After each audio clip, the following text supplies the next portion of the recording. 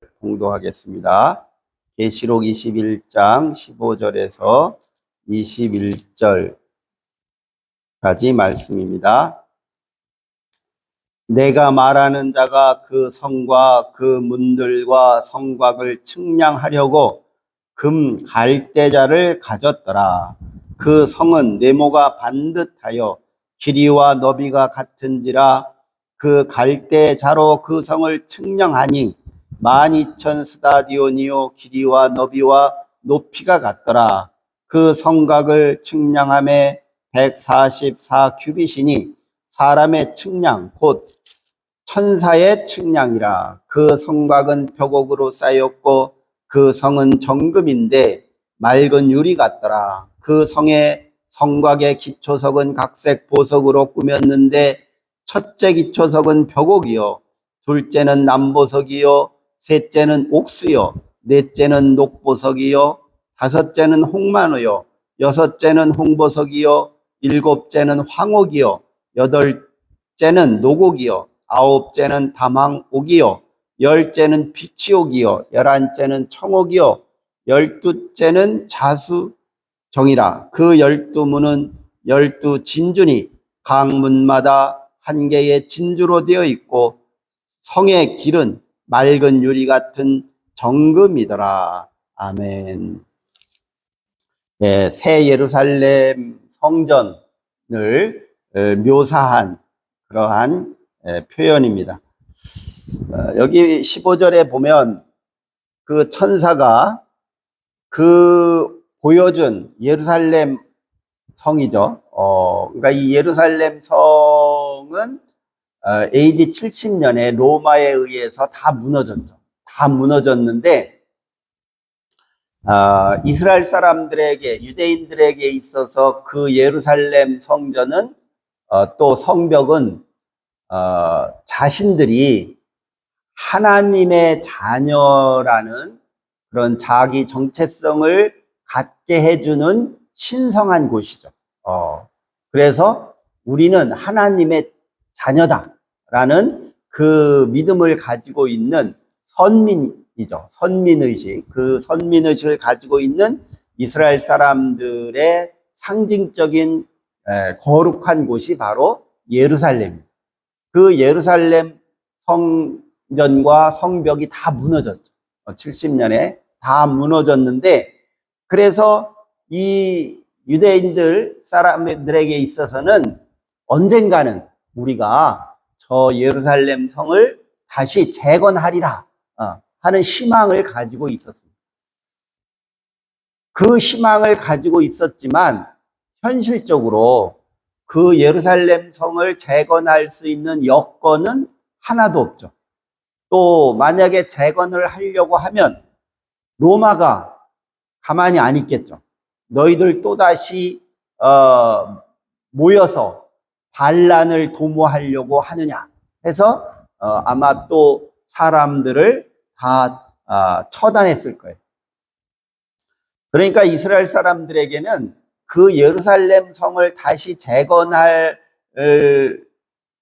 꿈은 있었지만 그걸 하려는 그 현실적인 것은 엄두도 내지 못하고 있죠. 그러고 30년 이상 흐른 거예요. 그러니까 한 세대가 흐른 거예요. 그러면 언젠가는 예루살렘 성을 우리가 재건하리라고 생각을 했는데 불가능하니까 그 사람들 마음속에는 하나님이 오셔야, 하나님이 우리에게 오셔야 예루살렘 성을 재건할 수 있겠다, 그렇게 생각을 하겠죠. 또 하나는 그 당시에 헬라 문화권 안에서 있었기 때문에 헬라 문화의 그 이상은 이원론이잖아요. 그래서 이 세상의 것은 다 가짜고 이 세상 것은 다 사라질 것이고 영원히 사라지지 않는 것은 이데아 세상, 저 하늘나라에 있다, 영생의 나라에 있다 라고 그 당시 헬라 사람들은 믿고 있었거든요. 그래서 이 초대교회 그리스도인들도 이 로마가 지배하는 이 세상은 다 사라질 것이다, 그렇게 믿었어요. 그러면 영원히 사라지지 않는 하나님의 나라, 하나님의 왕국은 이 땅에 이루어지는 게 아니라 저 세상, 이데아 세상에서 이루어질 것이라고 믿기 시작하죠. 그래서 이때 초대교회 그리스도인들에게는 이게 반반인 것 같아요. 그냥 죽은 다음에 저 영원한 세상에 가면 거기 예루살렘 성이 있을 거야 라고 생각하는 사람들이 있는가 하면, 예수님이 재림하면 이 예루살렘 성을 다시 재건할 수 있을 거야 라고 그날을 기다리는 사람들도 있었죠. 어느 쪽이 비중이 컸을까 보면, 예수님이 재림해서 예루살렘 성전과 성벽을 다시 재건할 것이라고 믿는 사람들이 더 많았어요. 그래서 항상 신약 성경에는 주 예수 그리스도시여 빨리 오십시오 라고 기도한 거예요. 왜냐하면 예수님이 재림을 해야 로마를 물리치고 하나님의 나라가 이루어지니까, 또 우리가 살 수 있는 세상이 좋은 세상이 이루어지니까 예수님 빨리 오십시오 라고 늘 기도한 거예요. 그러면서 이 요한계시록의 이 요한은 초대교회 그리스도인들에게 이 환상을 보여주는 거죠. 새로운 예루살렘을 내가 환상 중에 봤는데 천사가 다 우리에게 가르쳐 줬다. 그런데 이 새 예루살렘 성은 우리가 생각하는 그런 성이 아니라, 돌로 만든 성이 아니라 금은보화로, 사파이어, 진주, 또 황옥, 노곡, 이런 아주 다이아몬드와 여러 가지의 그런 금은보화로 만들어진 아주 가장 아름다운 성이다 라고 지금 표현을 하는 거예요. 그러면서 15절에 보면 그 천사가, 나에게 말한 그 천사가 어떻게 하는가 봤더니, 그 보여준 그 성의 문들과 성곽을 측량하려고 금으로 된 갈대자를 가져서 측량을 하더라 하는 거예요. 천사가 그 성을 측량하는 거예요.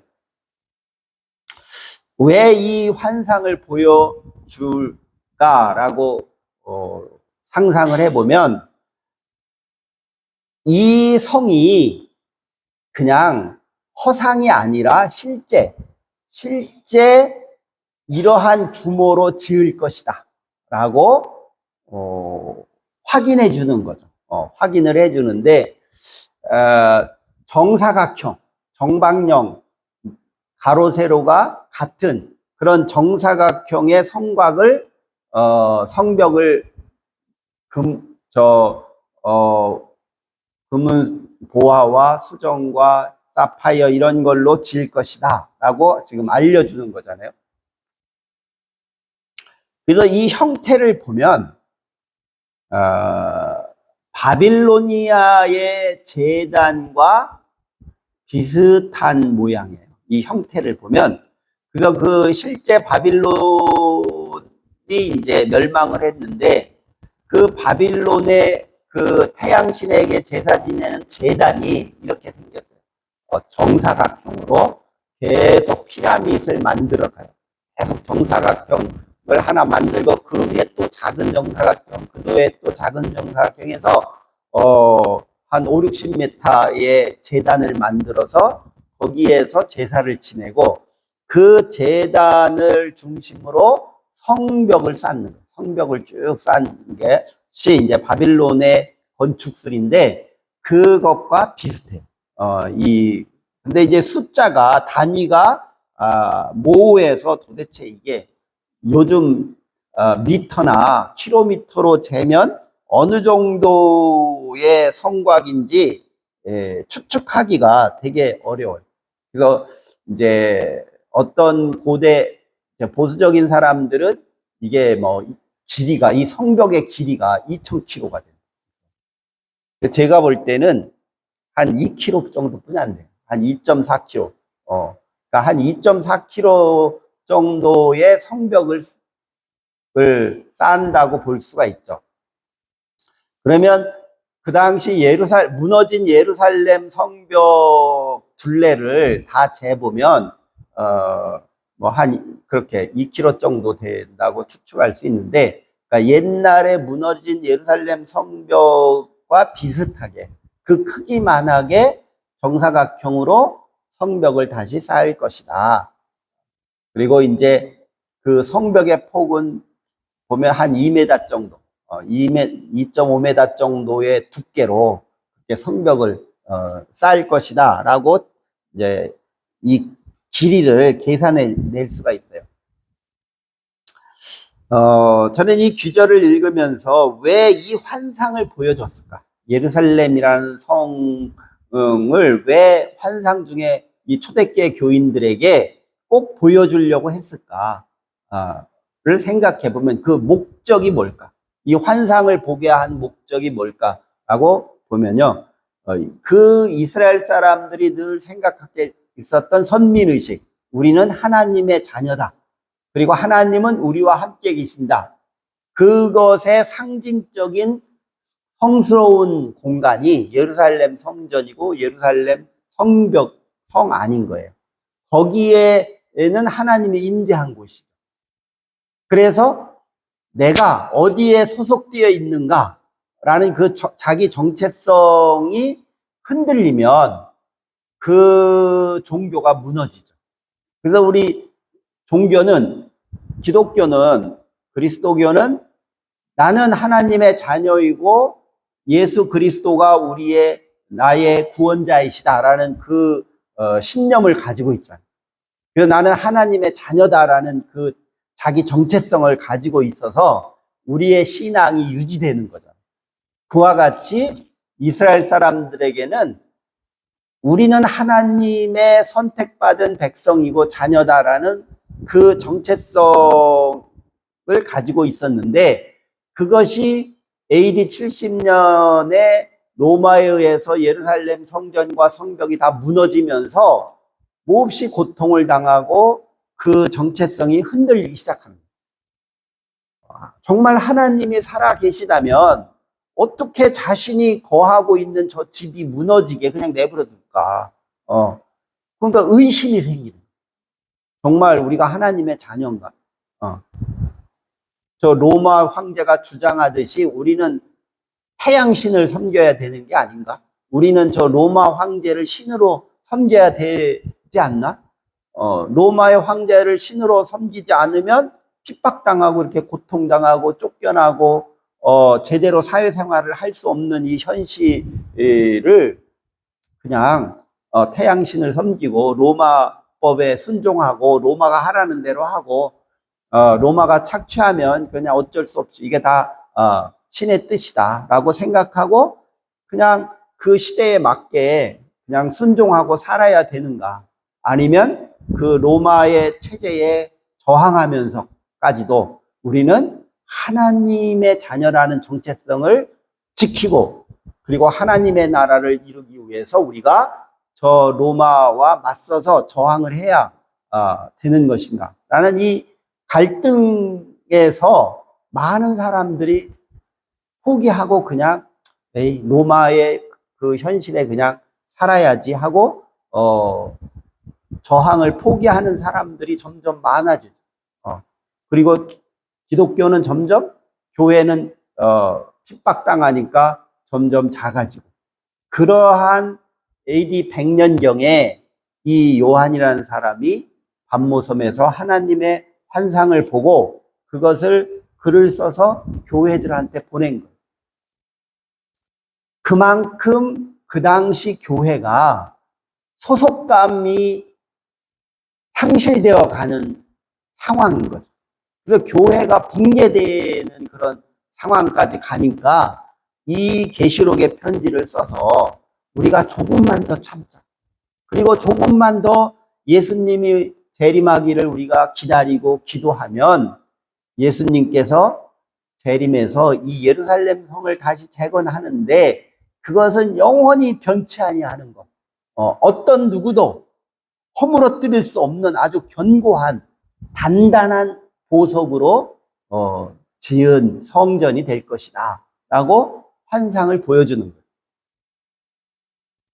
그래서 초대교회 그리스도인들에게 자기가 하나님의 자녀라고 하는 이 소속감을 확실히 가지고 신앙생활을 하도록 그렇게 자극을 주는 거죠. 그런 의도하에 이 새 예루살렘 성전을 보여주는 거예요. 오늘날 우리 현대인들에게 있어서 가장 내가 행복하지 못하다. 나는 왜 불행할까? 나는 왜 이렇게 편치 못하고 늘 조바심 생기고 그럴까? 그 현대인의 보편적인 그러한 심리적인 건강하지 못한 상태가 어디에서부터 오는 것일까 하면 그것은 자기의 정체성에 대한 믿음이 없어서, 그리고 그 자기 정체성은 내가 어디에 소속되어 있느냐에 따라서 그 정체성이 형성이 되거든요. 그러니까 이 농경문화권 속에서는 오랫동안 10만 년 이상을 이 농경문화권 속에서는 가족이라고 하는 거, 아버지와 어머니, 가족이라는 그 소속감이 전부였어요. 그 가족을 다시 이제 국가가 생기면서 그 가족을 다스리는 이제 귀족과 왕족이 형성되면서 우리는 다 그 왕의 백성이야. 그리고 기본적으로 엄마, 아빠, 우리 형제 가족이 나의 모든 것이고 전부야 라고 생각을 하고 농경 문화가 이어져 왔거든. 그래서 정체성이 항상 가족 중심이었어요. 그런데 자본주의가 발달하고 산업사회가 발달하고 또 이렇게 디지털 문화가 팽창이 되고 현대과학이 점점 발달되면서 이 가족이라고 하는 자기 소속감이 사라지기 시작. 가족이라는 소속감이 그냥 명절 때 부모 보고 그냥 그 정도지.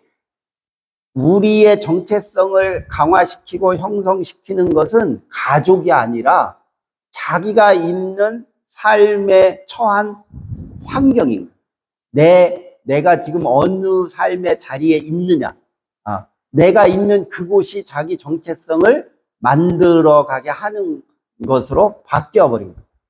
그래서 가족이 그렇게 중요하지 않은 거예요. 그런데 내가 처해 있는, 내가 지금 여기에 있는 내 삶의 자리가 불안한 거예요. 늘 변화가 일어나고 불안해서 안정이 안 되는 거예요. 직업도 한두 개로 끝나지 않고 평생 직업이라는 게 사라져 버린 거예요. 그래도 요즘 자라나는 세대들 10대, 20대들은 직업을 평균 7번 바꿔야 된다고 볼 수 있어요. 그러니까 직업을 7번 바꿔야 돼요. 지금 자라나는 세대들. 그러면 현대 3, 40대, 4, 50대들은 직업을 3번 정도 바꿔요. 3번에서 5번 정도 바꿔요. 그러면 내가 있는 이 자리가 너무 불안하고 늘 변화가 일어나고 있기 때문에 내가 거기에 안정할 수가 없는 거예요. 자기 소속감이 없는 거예요. 그래서 요즘 아이들은 자기의 소속감을 어디서 찾느냐 하면 현실에서 찾지 않고 가상의 세계, 메타버스라고 그러죠. 너무 제한되어 있지 않는 아주 그냥 광범위한 그 유니버스, 세계에, 가상의 세계에서 자기의 소속감을 찾고 싶어요. 그것이 해주는 게 이제 게임이고, 그리고 아바타를 만들어서 아바타의 세계를 꾸미고, 이제 그 가상의 세계와 현실의 세계가 나누어 있지 않고, 그 가상의 세계와 현실의 세계가 이렇게 통하게 돼버렸어요. 이제 과학 문명의 발달로 그냥 상상하는 것으로 끝나지 않고 그 공상의 세계가 현실이 되는 거예요. 그래서 우리가 그 현실 속에서 가상의 세계를 경험하면서 사는 세상이 도래했어요. 어. 그래서 그 가상의 세계를 현실에서 체험하는 그 구글 안경 있잖아. 뭐라 그러죠? 그거 눈에다 쓰고 거기 영상을 보면 그 가상의 세계를 현실로 느끼는 거죠. 느끼는 체험을 하는 거죠. 근데 그게 AI 로봇이 발달되기 시작을 했는데 그 AI 로봇이 발달이 돼서 진화가 되고 지능과 모든 것이 이제 발전이 되면 그 AI 로봇과 내가 같이 살아야 돼. 같이 그들과 일을 해야 돼. 로봇하고 내가 같이 살아야 되고 로봇하고 같이 일을 해야 돼. 근데 그 로봇은 현실 세계에 제한되어 있는 그러한 기계가 아니라 우리들의 상상을 뛰어넘는 가상의 세계까지도 다 구현해낼 수 있는 로봇이 될 거예요, 앞으로는. 그래서 우리가 의사소통하고 가족처럼 서로 같이 지내고 할 때 그 로봇에게 잘못하면 우리 인간들이 그 로봇에 의존하게 돼요. 그 로봇이 시키는 대로 하게 될 가능성이 높아져서 이게 이제 심각해지는 거예요. 그래서 요즘 현대인들은 자기의 소속감이 불확실하기 때문에 직장도 불확실하고 자기 삶의 자리도 불확실하고 모든 세상이 자꾸 변하고 바뀌어서 자기의 소속감이 사라져 버립니다. 그러니까 자기 정체성도 계속 흔들리는. 그러니까 그 사람의 마음은 늘 불안한 상태에 있는 거예요. 그래서 우울하고 불안하고 감정의 기복이 심해지고 그런 증세들을 요즘 10대들을 보면 알 수가 있어요. 그 아이들의 정서 상태를 보면 그 상태예요. 그래서 과연 이 아이들에게 어떻게 소속감을 잘 줄 수 있을까? 하나는 10만 년 동안 종교라는 것이, 농경 문화 속에서 종교라는 것이 사람들의 소속감을 갖게 해줬는데 이 종교가 역할을 못하니까 이 자라는 세대들이 종교라고 하는 것을 긍정하고 수용하려고 하지 않죠. 저거 다 미신이고 저거 비과학적이고 뭐 저거 판타지야, 환상이야. 그런데 거기에 가서 내가 뭐하라 있어? 게임을 하는 게 차라리 낫지 하고 주말 되거나 일요일 때는 하루 종일 누워있는. 제가 요즘 토요일하고 일요일 날 그 신성대학에서 마을학교 강사 교육을 받고 있는데 제가 이제 선택한 것이 그 미디어 리터러시예요. 미디어 우리 사회가 미디어 영향이 많은데 지금 초등학생들에게 가서 그 미디어에 대해서 긍정적인 것과 부정적인 것을 이제 알려주고 가르쳐주고 그 미디어 사용을 좋게 건강하게 사용할 수 있는 방법들을 알려주는 이제 그런 교육인데 이 자라나는 이 세대들, 이 아이들에게 소속감을 종교가 주지도 못하고 가족이 주지도 못하고 또 학교가 소속감을 주지도 못하고 또 그래서 유일하게 자라는 세대들이 소속감을 어디에서 느끼려고 하냐면 또래 관계에서 소속감을 느끼려고 하는데 이 또래들이 비열하게 자기의 스트레스를 풀고 애들을 왕따시키고 폭력을 쓰고 또 가상 공간에서 그런 사이버 폭력을 쓰고 카톡에서 초대해 놓고 왕따시키고 이러하게 그 교묘하게 또래들의 집단을 이루어서 계속 또 다른 집단들에게 피해를 주고 공격하는 이러한 현상이 벌어지고 있어서 과연 이 아이들에게 어떻게 소속감을 잘 건강하게 갖게 해서 자기 정체성 형성을 건강하게 해줘서 사회에 정말 좋은 역할, 빛과 소금의 역할을 할 수 있는 아이들로 교육을 해야 되는데 그걸 어떻게 해야 될지 참으로 정답이 없는 거예요. 막막한 거예요. 학교 선생님들도 헤매고 있고 정치하는 사람들이나 교육하는 사람들도 이걸 어떻게 해야지 하고 헤매고 있고 그래서 이거를 뭔가 해결책을 찾긴 찾아야겠는데 그 방법을 못 찾고 있는 것이 현실이에요. 그래서 우리 사회가 그렇게 불안하고 어려운 거예요. 역시 초대교회 때 그리스도인들도 그런 거예요. 불안하고 자기의 소속감이 흔들리고 자기 정체성이 의문이 가고 과연 하나님이 재림하실까? 오실까? 우리를 구원할까? 저 로마를 저기 물리칠 수 있을까? 의심이 가는. 그래서 이 예루살렘의 환상을 보여주면서 우리는 하나님의 자녀임을 너희들이 확신하고 이 고난을 이기자, 견디자는 거예요.